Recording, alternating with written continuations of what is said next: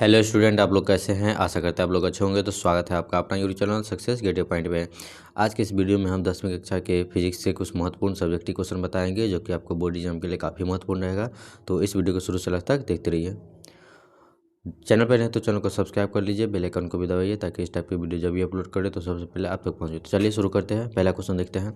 तो पहला number question में कहता है कि विद्युत जनित्र का सिद्धांत लिखिए। विद्युत जनित्र का सिद्धांत क्या होता है, ठीक है, इसको कहता है लिखने के लिए। तो चलिए इसका उत्तर देखते हैं। तो इसका उत्तर है, कहता है कि विद्युत जनित्र का सिद्धांत लिख के डैश देना है, ठीक है। विद्युत जनित्र का सिद्धांत लिख के डैश देना है। लिखना है कि यह जो है यानी विद्युत जनित्र का सिद्धांत जो है वैसा युक्ति है, ठीक है, वैसा युक्ति है जिसमें यांत्रिक ऊर्जा को विद्युत ऊर्जा में परिवर्तित किया जाता है। विद्युत जनित्र जो है एक ऐसा युक्ति है, ठीक है, जिसमें यांत्रिक ऊर्जा को विद्युत ऊर्जा में परिवर्तित करता है, ठीक है। यह युक्ति ही विद्युत चुम्बकीय प्रेरण पर आधारित होती है। यह युक्ति जो है विद्युत चुम्बकीय प्रेरण पर भी आधारित होती है। तो यही जो है विद्युत जनित्र का जो है सिद्धांत है। तो आप लोग याद रखिएगा, बहुत इंपॉर्टेंट क्वेश्चन है। नेक्स्ट अगला प्रश्न को देखते हैं। अगला जो प्रश्न है 2 नंबर, कहता है कि दिष्ट धारा के कुछ स्रोत के नाम लिखिए। दिष्ट धारा के कुछ स्रोतों के नाम लिखिए। तो चलिए इसका उत्तर देखते हैं। इसका उत्तर कहता है कि दिष्ट धारा के कुछ मुख्य स्रोत हैं। दिष्ट धारा के जो है कुछ मुख्य स्रोत है, डैश देना है, ठीक है। और पहला स्रोत जो है वह है डीसी जनित्र। पहला क्या है, डीसी जनित्र। दूसरा है विद्युत रासायनिक सेल है। और चौथा जो है स्टोरेज सेल है। तो ये 3 जो है, ठीक है, दिष्ट धारा के मुख्य स्रोत हैं। तो आप लोग इसे याद रखिएगा, ऑब्जेक्टिव में क्वेश्चन आ जाएगा। चलिए नेक्स्ट अगला प्रश्न को देखते हैं। अगला 3 नंबर क्वेश्चन में कहता है कि प्रत्यावर्ती विद्युत धारा उत्पन्न करने वाले स्रोतों के नाम लिखिए। ध्यान दीजिएगा, क्वेश्चन में कहता है कि प्रत्यावर्ती विद्युत धारा उत्पन्न करने वाले, ठीक है, प्रत्यावर्ती विद्युत धारा उत्पन्न करने वाले स्रोतों के नाम लिखिए, ठीक है। तो चलिए इसका उत्तर देखते हैं। तो इसका उत्तर जो है कहता है कि प्रत्यावर्ती विद्युत धारा उत्पन्न करने वाले स्रोत जो है इस प्रकार है, ठीक है। जैसे देखिए, पहला जो है वह है एसी डायनेमो। कौन सा है, एसी डायनेमो है। और दूसरा जो है वह जल विद्युत धारा है। तो इस सब से जो क्या होता है, प्रत्यावर्ती विद्युत धारा उत्पन्न होती है। तो आप लोग याद रखिएगा, ऑप्शन में भी आ सकता है कि प्रत्यावर्ती विद्युत धारा उत्पन्न करने वाले स्रोत कौन से हैं। तो ये दोनों में से कोई एक ऑप्शन दे देगा, इसमें से आप लोग याद रखिएगा। चलिए नेक्स्ट अगला प्रश्न को देखते हैं। अगला 4 नंबर क्वेश्चन में कहता है कि घरेलू विद्युत परिपथों में अतिभारण से बचाव के लिए क्या सावधानी बरतना चाहिए, ठीक है। यानी अतिभारण जो होता है वो शॉर्ट सर्किट होता है, ठीक है।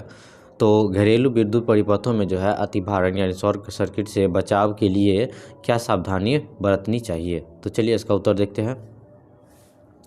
तो इसका उत्तर कहता है कि घरेलू विद्युत परिपथों में एक सॉकेट से ज़्यादा विद्युत उपकरणों को नहीं जोड़ना चाहिए, ठीक है। घरेलू विद्युत परिपथों में जो है एक सॉकेट से ज़्यादा विद्युत उपकरणों को नहीं जोड़ना चाहिए। इससे क्या होता है, अतिभारण का डर रहता है। इससे क्या रहता है, अतिभारण का डर रहता है। इसी से बचाव के लिए हम फ्यूज को प्रतिस्थापित किया जाता है, ठीक है। मतलब जो है फ्यूज को हम उसमें क्या करते हैं, जोड़ते हैं, ताकि इसमें शॉर्ट सर्किट यानी अतिभारण ना हो। चलिए नेक्स्ट अगला प्रश्न को देखते हैं। अगला जो प्रश्न है 5 नंबर, कहता है कि चुंबकीय क्षेत्र के 3 स्रोतों की सूची बनाइए। चुंबकीय क्षेत्र के 3 स्रोतों की सूची बनाइए, यानी कहता है कि चुंबकीय क्षेत्र के 3 स्रोतों को लिखिए। तो चलिए इसका उत्तर देखते हैं। कहता है कि चुंबकीय क्षेत्र के 3 स्रोत निम्नलिखित हैं। तो इसी टाइप से लिखिएगा, ठीक है, कि चुंबकीय क्षेत्र के 3 स्रोत जो है वह निम्नलिखित हैं। नंबर 1 देना है, डैश देखिए। कहता है कि एक जो है धारावाही परिनलिका के चारों ओर हो, ठीक है। दूसरा पॉइंट कहता है कि एक धारावाही सीधा चालक के चारों ओर हो, ठीक है, एक धारावाही जो है सीधा चालक के चारों ओर हो। और तीसरा जो कहता है वो कहता है कि प्राकृतिक चुंबक के चारों ओर हो, ठीक है, प्राकृतिक चुंबक के चारों ओर हो। ये तीनों पॉइंट जो है, ठीक है, चुंबकीय क्षेत्र की सूची यानी स्रोत है। चलिए नेक्स्ट अगला प्रश्न को देखते हैं। वीडियो अच्छा लग रहा है तो पहले वीडियो को लाइक भी कर दीजिए, दोस्तों में शेयर कीजिएगा ताकि उनको भी कुछ सहायता मिल सके।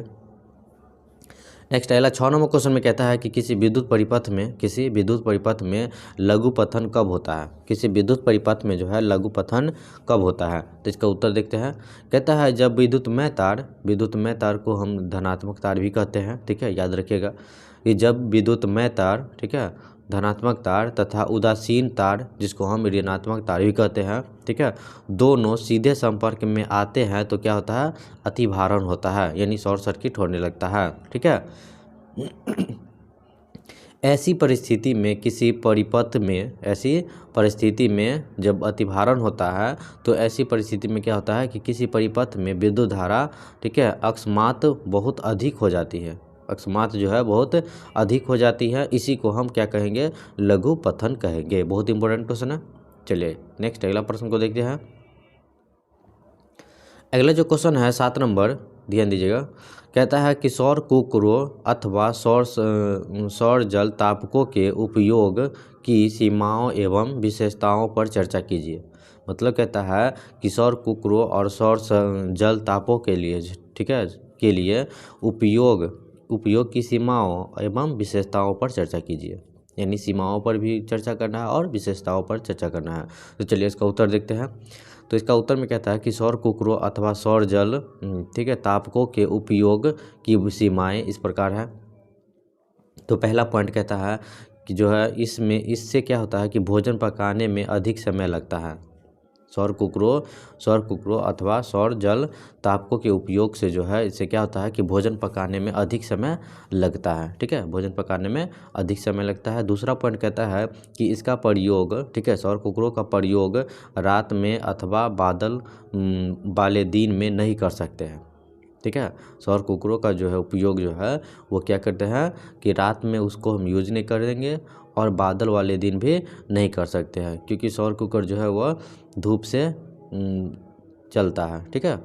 चलिए इसके विशेषता के बारे में बताते हैं। इसकी विशेषता कहता है कि सौर ऊर्जा निःशुल्क होने के कारण सस्ता पड़ता है।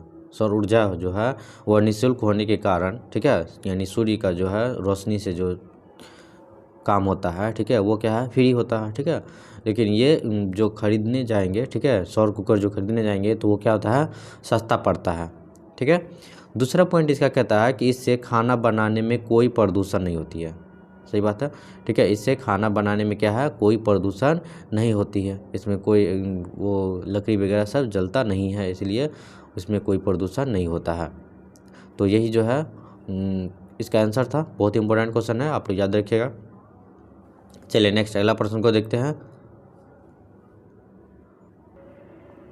अगला जो क्वेश्चन है 8 नंबर, कहता है कि ऊर्जा का उत्तम स्रोत किसे कहते हैं। ऊर्जा का उत्तम स्रोत, ठीक है, किसे कहते हैं। तो चलिए इसका उत्तर देखते हैं। तो इसका उत्तर है, कहता है ऊर्जा का उत्तम स्रोत के निम्नलिखित लक्षण पाए जाते हैं, ठीक है। तो ध्यान दीजिएगा, इसमें कहता है कि ऊर्जा के उत्तम स्रोत किसे कहते हैं। इसका मतलब है कि किसे कहते हैं, मतलब कुछ भी इसमें लिख सकते हैं, लक्षण भी लिखिए, विशेषता भी लिख सकते हैं, ठीक है।